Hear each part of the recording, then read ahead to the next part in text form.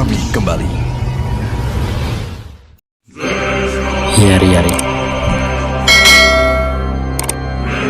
Selamat datang kembali lagi dengan Dio Brando. Kali ini Mimin akan membahas kelanjutan anime Tongkat Sihir dan Pedang Wistoria. Tentunya ini spoiler kan, tekan. Jadi sebelum Anda menyesal karena ini manga bukan anime, kalian bisa close video ini. Tapi jika Anda tak masalah dengan konten spoiler, lanjut gas, tonton aja juragan. Oh ya bre, buat yang pengen nonton animenya, kalian bisa pantau di Muse Indonesia. Tanpa banyak bacot lagi, mari kita mulai videonya. Juragan. Will masih berdiri membeku setelah melontarkan pertanyaan yang penuh dengan kengerian eksistensial tentang Tuhan. Tatapannya yang tajam dan gemetar menunjukkan betapa seriusnya ia menanggapi setiap kata yang keluar dari mulut Finn. Di sisi yang lain, Finn terdiam sejenak. Kemudian dengan santainya ia membalikkan keadaan, seolah pembicaraan tentang takdir dunia dan entitas Tuhan hanyalah sebuah gurauan ringan di sore hari. "Ah, maaf ya, aku hanya asal bicara," ucap Finn sambil tersenyum tipis yang penuh rahasia. Finn membiarkan Will dan kita semua bertanya-tanya apakah semua penjelasan tentang Wish, silsilah darah, dan ancaman Baal hanyalah sebuah ujian batin atau kebenaran yang sengaja dikaburkan. Momen tegang tentang eksistensi Tuhan yang sebelumnya memicu kekuatan Will kini beralih menjadi sebuah pernyataan sarkastik dari Finn. Finn mempertanyakan apa yang sebenarnya diketahui dunia yang telah ditinggalkan oleh Tuhan dan tentang konsep ketuhanan itu sendiri. Namun di tengah retorika tersebut, Finn melontarkan pengakuan yang membuat Will terkejut. "Kau cenderung melupakan beberapa hal ketika sudah hidup lebih dari 5 abad. Pernyataan santai Finn tersebut menjadi bom informasi kedua bagi Will. Jika sebelumnya MC kita hanya fokus pada sejarah 500 tahun tentang penciptaan Wish, kini ia menyadari bahwa sosok yang berdiri di hadapannya bukan sekedar saksi sejarah, melainkan pelaku sejarah itu sendiri. Will tertegun menyadari bahwa Finn telah hidup lebih dari 500 tahun. Wajah Will mencerminkan ketidakpercayaan yang mendalam. Ia mencoba untuk membantah atau setidaknya memahami, namun kata-katanya tertahan. "Finn, aku tidak..." Di saat yang sama terdengar teriakan lantang, "Explosion!" Bongkahan es raksasa mencuat dari permukaan tanah, membentuk pilar-pilar kristal yang tajam dan menjulang tinggi. Kekuatan yang begitu masif itu menghempaskan siapapun yang berada di dekatnya. Finn yang tak sempat menghindar terlempar ke udara dengan teriakan panik. Tidak!" Di tengah kekacauan itu, pemilik Sir S, yakni seorang gadis berambut biru muda, Elvaria, datang berlari kencang dengan raut wajah penuh kekhawatiran kepada Will Servoto. "Will, kau tidak apa-apa kan?" serunya dengan mata yang berbinar penuh rasa kecemasan sekaligus kasih sayang yang meluap-luap. Will yang masih shock hanya bisa terpaku mencoba mencerna situasi. "Iya, tapi bagaimana dengan Finn?" tanya Will terbata-bata, mengkhawatirkan rekannya yang baru saja terpental jauh. Namun perhatian Elvi sudah terkunci sepenuhnya pada Will. Dengan nada kesal sekaligus protektif, ia menjawab, "Lupakan saja si cebol itu. Apa kau tahu seberapa banyak masalah yang dia timbulkan dengan tes-tes bodohnya itu? Tes inilah, tes itulah. Aku dan Carissa hampir tewas dari salah satu tes itu," ucap Elvi. Sementara di kejauhan, sosok Finn terlihat masih melayang jatuh sambil berteriak pasrah. Di situ Elvi masih bersikeras meyakinkan Will bahwa Finn bukanlah orang yang perlu dikasihani. Dengan ekspresi kesal ia menggemaskan, ia berseru, "Dia itu orang jahat." Will yang polos hanya bisa menatap dengan wajah bingung dan berkeringat dingin. Sungguh?" Elvi pun mengangguk mantap, menambahkan bahwa setiap kali ia mencoba menyingkirkan Finn, pria kecil itu selalu kembali untuk membalaskan dendam. Maka dari itu, Will nggak usah mengkhawatirkan Finn. Pungkasnya tegas, membuat Will hanya bisa pasrah dan menjawab pelan, Baiklah kalau begitu." Setelah suasana sedikit tenang, Will menatap Elvi yang duduk bersimpu di hadapannya. Dengan rasa penasaran yang besar, ia bertanya, "Jadi itu, bagaimana kau bisa ada di sini?" Suasana seketika berubah. Elvi menatap tajam ke dalam mata Will. Wajahnya memerah tipis, dan dia bilang kalau dirinya mengetahui keberadaan Will dari Great Mage Aron. Ia terdiam sejenak sebelum mengungkapkan alasan sebenarnya. "Aku mengkhawatirkanmu loh, Will." Kata-kata itu menggantung di udara, menunjukkan betapa kuatnya ikatan dan perhatian yang dimiliki Elvi terhadap pemuda di depannya. Seolah mengabaikan segala kekacauan yang baru saja ia perbuat, suasana haru seketika berubah menjadi sesi interogasi yang panas. Elvi yang awalnya terlihat sedih, kini mulai meluapkan kekesalannya. Dengan nada dramatis, ia bercerita bahwa dirinya sempat datang mencari Will, tapi MC kita tidak ada, dan malah meninggalkannya dengan pergi keluyuran entah kemana bersama Lihana. Will yang panik mencoba membela diri. Nani, ayolah, kalau aku menarikmu keluar dari pertempuran di lapisan pertama, maka tidak ada yang tahu apa yang akan terjadi. Namun Elvi tidak mau mendengar. Ia justru mengungkit hal lain yang lebih spesifik. Alasan saja kamu itu. Lalu bagaimana saat kamu membiarkan Lihana masuk ke kamarmu, ha? Will terbelalak, keringat dingin mengucur deras. Bagaimana kau bisa tahu? Teriaknya kaget. Jawaban Elvi sangat singkat dan mutlak. Dia bilang, aku bisa tahu karena detektif jenius Kiki yang mengatakannya. Katanya, kamu juga selingkuh dariku dengan Sion, Coleto, Julius, Wignall, dan sekarang Lihana. Lalu sekarang, apa yang mau kamu katakan untuk membela dirimu? Mendengar daftar nama yang disebutkan, termasuk teman-teman laki-lakinya, Will hanya bisa terperangat dengan wajah datar. Ia berteriak frustasi. Oke, tunggu. Sekarang aku sadar kalau kamu tidak tahu apa itu selingkuh. Tampaknya, Bre, definisi selingkuh di kepala Elvi sedikit terlalu luas bagi orang normal. Jadi kalau begini, apakah Elvaria masih menjadi my bini kalian? Bisa-bisa kalian gak bakal bisa ngopi bersama teman tongkrongan. Kesabaran Elvi akhirnya habis. Air mata mulai menggenang di sudut matanya saat ia meledak dalam tangisan kekanak-kanakan yang keras. Wah, seharusnya kamu hanya boleh memperhatikanku, teriaknya sambil mengayunkan tangan dengan panik, menunjukkan sisi posesifnya yang meluap-luap. Will yang berada di depannya hanya bisa memasang wajah pasrah sekaligus lelah. Di tengah kebisingan itu, Will bilang, 10 tahun dan kamu masih belum berubah ya. Baginya, Elvaria sang penyihir agung yang ditakuti dunia, tetaplah gadis cengeng yang sama dengan yang ia kenal sejak kecil. Dan tubuh Elvi menimpa Will.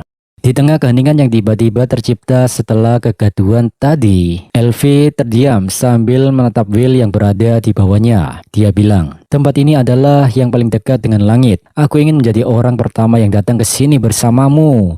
Di bawah cahaya lembut yang menyelimuti puncak menara, Elvi masih terbaring di atas dada Will.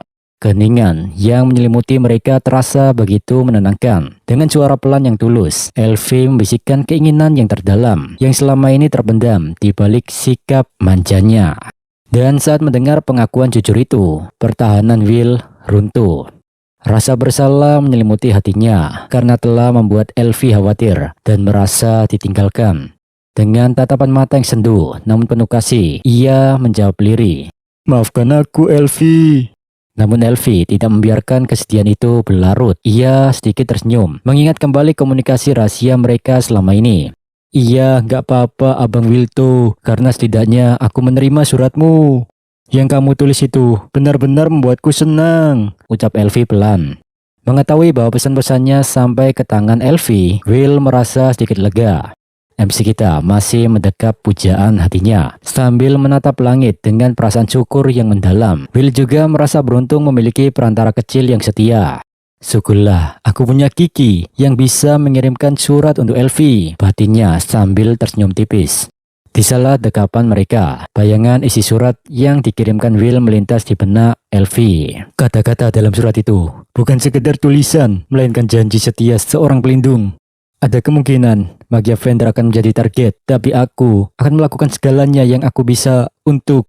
Ingat, hatiku selalu bersamamu, tulis Will dalam pesannya. Senyum tipis Elvi tersungging di bibirnya yang kemerah-merahan. Kata-katamu itu loh Mas Will, seperti mantra yang menghangatkan hatiku, bisik Elvi lirih, mengakui bahwa kekuatan terbesarnya bukan berasal dari sihir, melainkan dari dukungan Ayang Wilto.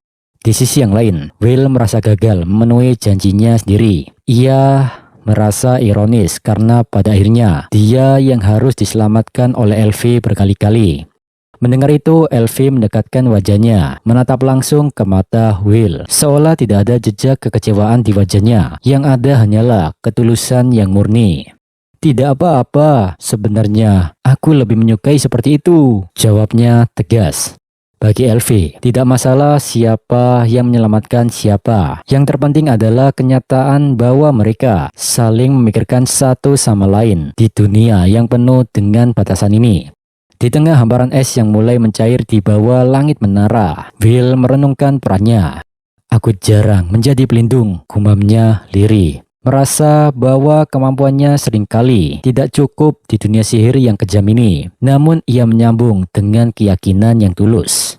Aku suka menjadi pelindung. Itu memberiku kesempatan untuk menolong orang yang aku cintai dan menjaga mereka. Bagi Will, kekuatannya bukan tentang kejayaan, melainkan tentang keselamatan Elvi. Suasana yang hangat perlahan berubah menjadi serius saat Will menanyakan sesuatu yang selama ini mengganjal di pikirannya. Ia sedikit menoleh ke arah Elvi dan bertanya, "Elvi, apa kamu tahu sesuatu tentang Baal?" Pertanyaan itu membuat Elvi terdiam sejenak. Ia menatap ke depan dengan pandangan yang dalam, seolah melihat kembali memori masa lalunya saat baru saja diangkat menjadi penyihir tertinggi. Iya, mereka menunjukkannya padaku sesaat aku menjadi Magia Vendor. Aku bahkan tidak bisa menghitung berapa kali aku ingin menyerah saja dan pulang kembali padamu. Tapi kemudian aku memikirkan apa yang akan terjadi jika aku membuang semua itu. Berapa banyak penderitaan yang akan dialami dunia dan juga kamu. Dan aku tidak bisa melakukannya, ucap Elvi dengan suara gemetar. Dengan tulus ia menambahkan, "Maafkan aku, Wilto." MC kita membalas, "Tidak ada yang perlu kamu sesali, Elvi, cuan." Lalu kemudian Will menyentuh tangan Elvi. Will memahami bahwa beban yang dipikul Elvi di puncak menara jauh melampaui imajinasi siapapun. Jika aku berada di posisimu dan diperlihatkan monster seperti itu pada hari pertamaku, aku juga akan sulit untuk menyerah. Kurasa akhirnya aku mengerti kenapa Akademi dan Menara begitu tak kenal kompromi dan alasan dibalik kenapa mereka menuntut para murid dan penyihir menjadi serba bisa, yang terbaik dari yang terbaik, sambung ucapan Will. Dalam keheningan momen itu, tangan Elvi memegang tangan MC kita sambil Elvi menyandarkan kepalanya. Dengan nada yang melankolis, ia bertanya, "Apa menurutmu berlebihan jika suatu hari aku ingin melihat matahari terbenam? Apakah orang-orang akan memaafkanku karena ingin melihat ada apa di balik langit ini?" Itu sebuah pengakuan sederhana yang terasa mustahil bagi mereka yang terkurung dalam menara. Will terdiam sejenak, lalu menatap Elvi dengan binar mata yang kembali penuh semangat. MC kita berseru, "Kenapa begitu? Ayo kita lakukan. Setelah semuanya berakhir, ayo kita lihat matahari terbenam bersama." Janji sederhana itu seolah meruntuhkan tembok keraguan Elvi. Di tengah ancaman masa depan yang gelap, tekad Will untuk membawa Elvi melihat dunia luar menjadi cahaya kecil yang menerangi jalan mereka ke depan. Sontak saat mendengar ajakan Will, Elvi tertegun sejenak. "Apa?" tanyanya lirih, seolah tak percaya ada harapan secerah itu di tengah takdir mereka yang berat. Will menatapnya dengan pandangan yang tak tergoyahkan. Itu adalah sebuah janji besar yang ia bangun di atas tekadnya. "Setelah kita mengurus Celestial Host dan Baal dan melindungi dunia, aku yakin mereka akan membiarkan kita melakukannya. Dan ketika saat itu tiba, ayo kita lihat sama-sama. Janji?" seru Will dengan penuh keyakinan, sambil mengepalkan tangan dengan jari kelingking disodorkan. Mendengar kata janji, wajah Elvi yang biasanya dilingkupi kesedihan dan beban berat sebagai Magia Vendor seketika berubah dan sebuah senyum merekah di wajahnya. Ya, senyum yang paling cantik, jujur, dan penuh kebahagiaan yang pernah Will lihat. Air mata haru mungkin menggenang, tapi cahaya di matanya kini jauh lebih terang dari sihir es manapun. "Janji!" seru Elvi dengan riang. Di bawah langit palsu, keduanya menautkan jari kelingking. Sebuah janji masa kecil yang kembali diperbarui di tengah medan pertempuran.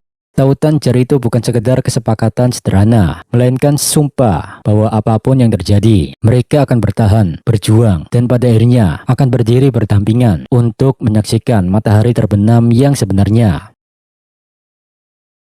Di tempat yang lain, di dalam sebuah aula megah, suasana terasa sangat dingin dan mencekam, di mana sosok yang duduk di singgasana, Tuan Magia Fender Kariot, memanggil beberapa penyihir hebat untuk menghadapnya. Nyonya Charlotte Sera, seorang penyihir wanita dengan topi lebar, tidak bisa menyembunyikan kekesalannya. Dengan nada ketus, ia berseru bahwa dirinya sangat sibuk. Ia menuntut alasan yang sangat kuat mengapa mereka semua harus berkumpul di sana. Namun Magia Fender Kariot menanggapi kemarahan itu dengan senyuman tenang namun penuh intimidasi. Ia menyapa mereka satu persatu dengan sopan namun tajam, termasuk dua sosok mengerikan lainnya, yakni Edward Sensei dan Wagner Sensei. Ketegangan meningkat saat salah satu dari mereka mempertanyakan motif pemanggilan tersebut, mengingat mereka bahkan bukan bagian dari faksi yang sama dengan Magia Fender Kariot. Mendengar hal itu, Kariot mengungkapkan jati dirinya sebagai Incindia Barham, Sang Wind of Fire. Ia menegaskan bahwa kehadirannya di sana bukan untuk bernegosiasi, melainkan untuk menyampaikan sebuah perintah mutlak. Lantas, Edward bertanya secara spesifik, perintah apa itu? Dengan suara yang menggema di seluruh aula, Kariot bilang bahwa pedang liar Zio ke arah timur, melewati batas-batas Rigarden, menuju metropolis agung, Samios. Di balik perintah itu, bayangan sebuah kota raksasa yang megah namun penuh misteri, Samios, menanti mereka. Sebuah perjalanan besar baru saja dimulai, membawa konsekuensi yang mungkin akan mengubah tatanan dunia sihir selamanya.